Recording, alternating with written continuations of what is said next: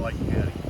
We're here this morning to talk about the task force that we have formed, which encompasses Columbus County, Bladen County, and Robeson County. Sheriff Wilkins, Sheriff Greene, and myself have been working on this for probably 6 months. We've got all the corners tied down, did all the things we thought we should have done legally. I contacted our district attorney, John David, and told him what we wanted to do. He thought it was a great idea. Sheriff Wilkins contacted his district attorney in Robeson County, and everybody's on board. And so this time I'd like to turn it over to District Attorney John David. Thank you, Sheriff McVicker, and to members of the press, good morning. It's a beautiful day in Bladen County, and indeed it's a great day in Bladen County, because today we are announcing the formation of a regional task force to combat crime in our area. I've been a prosecutor now for over 2 decades, and I will tell you one of the lessons that I've learned during that time is that coordination is key. Criminals rely on the fact that the right hand sometimes doesn't know what the left hand's doing. They play a game of cat and mouse across jurisdictional boundaries, hopeful in the belief that we are not talking to each other and that their criminal deeds will go uninvestigated and unprosecuted.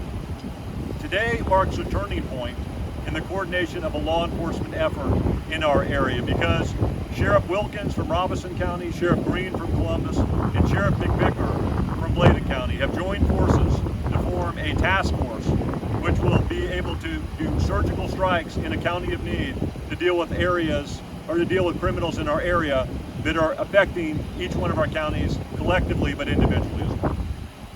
Let's acknowledge that crime doesn't know jurisdictional boundaries, particularly when we deal with things like gang violence, when we deal with drug trafficking.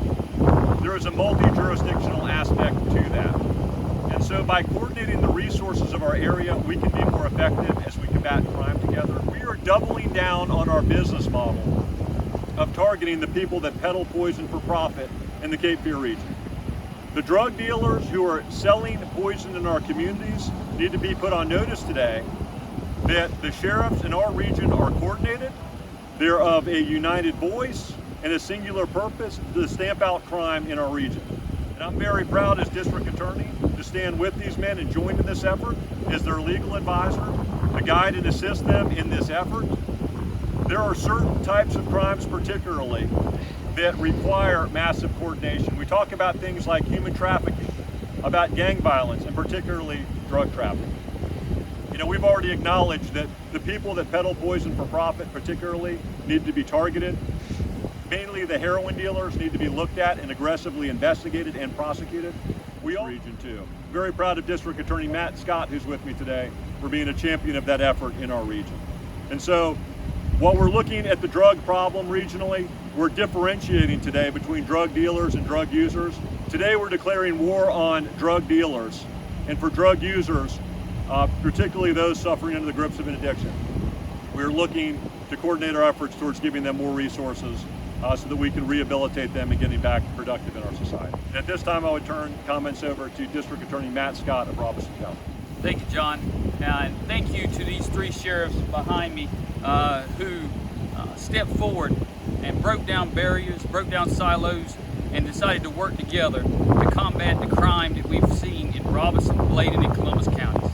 We have a constitutional duty as the district attorney to advise these sheriffs, and that's what we're going to do. Robeson County is going to dedicate an assistant district attorney to this task force, to be the advisor of this task force, to help in any way possible these officers that put their lives on the line to protect our community. As District Attorney David said, we in Robeson County have done a great job, I believe, in trying to bring programs to those that are addicted to drugs and addicted to alcohol. We've created a sobriety court in Robeson County. We've got a federal grant to do an adult drug treatment court that we're going to start in 2021, and we're going to bring help and hope to those individuals that suffer from these addictions. But what we're also going to do in order to help these individuals is be aggressive in going after these individuals peddling the poison that's causing the increase in our overdoses in our counties. Not just Robeson County, in this whole region, overdoses have increased. We're gonna go after those that are peddling that poison. It is violent crime. The individuals that's peddling this poison to these people are committing violent crimes. They are, and they're going to be treated as such. What you see here, to those that are trying to do harm to our citizens, what you see here today is not a one-off. What you see here today is the new normal. What you see here today is law enforcement marshaling their resources. So I thank these sheriffs, I thank these law enforcement officers for putting this together, and I believe and I pray that it's going to make a difference. Because if it makes a difference, our community's safe. And that's what we're working every day to do, is make our community safer. Good morning. I can speak on behalf of Robeson County. We average over 60 overdoses a month with responses by deputies, including our EMS personnel. In many cases, the deputies are first to arrive on the scene and are first ones to administer Narcan. But the problem is, in addition to those over 60 overdoses a month, we're having multiple deaths a month. Our county, just as with Bladen and Columbus County, already had a community impact team in place. We just decided about 6 months ago to get together and try to coordinate a tri-county effort, which is what we're doing here. It will give us more manpower, obviously, more equipment, access to helicopters from both Columbus and Bladen County.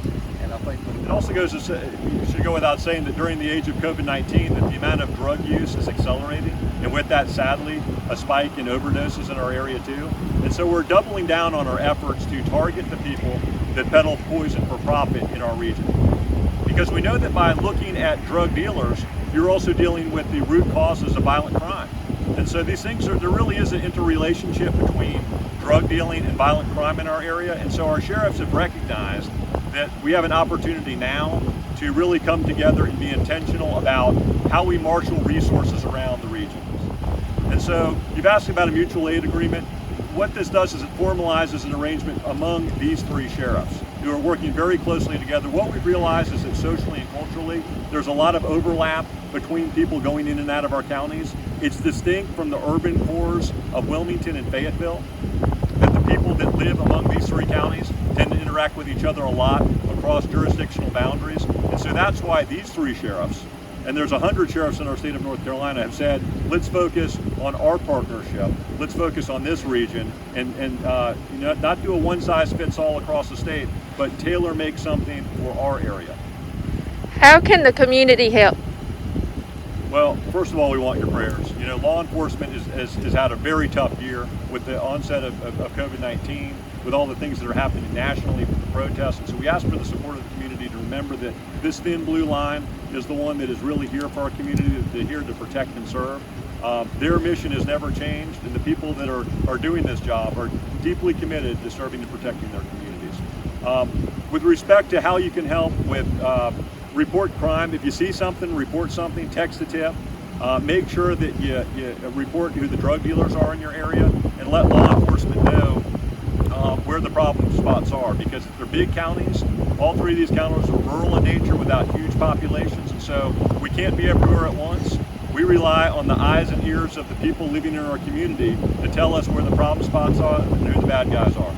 So we encourage you to foster that relationship of dialogue with your law enforcement leaders in this area and tell us where the problems are.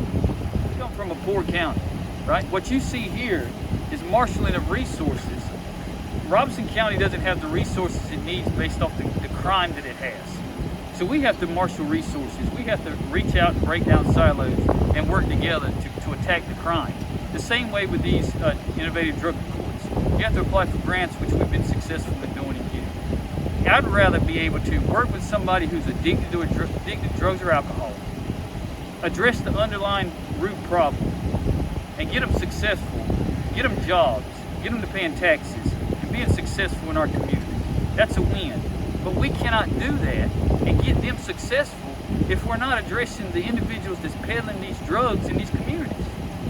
And that's what this is. It is the two-prong approach that District Attorney David talked about. That's what we're going to do. We're going to aggressively go after those that are peddling these drugs in our community. It's the root of the violence in our community, and make our community safe. Are there any judges that have agreed to back you all? Obviously, when charges are made from this task force, obviously it's going to be in front of the court system, district attorney's office putting forward the cases in front of the judges. When it comes to our drug treatment courts, we've been successful in our Superior Court, Judge Greg Bell and Judge Frank Floyd, and soon to be Judge Tiffany Powers, who's going to be helping us with these sobriety court and our adult drug treatment court. So we've been successful in working with our judges to do that. Judges, the whole system, and that's what we're working on. Does this mean that Bladen County will have a drug court now? It takes a lot of money, a lot of resources to do that. That is a fault we're trying to work on. Sheriff Greene from Columbus County. Look around at the resources that we have with all three counties combined. The thin blue line just got thicker. Thank y'all for coming out.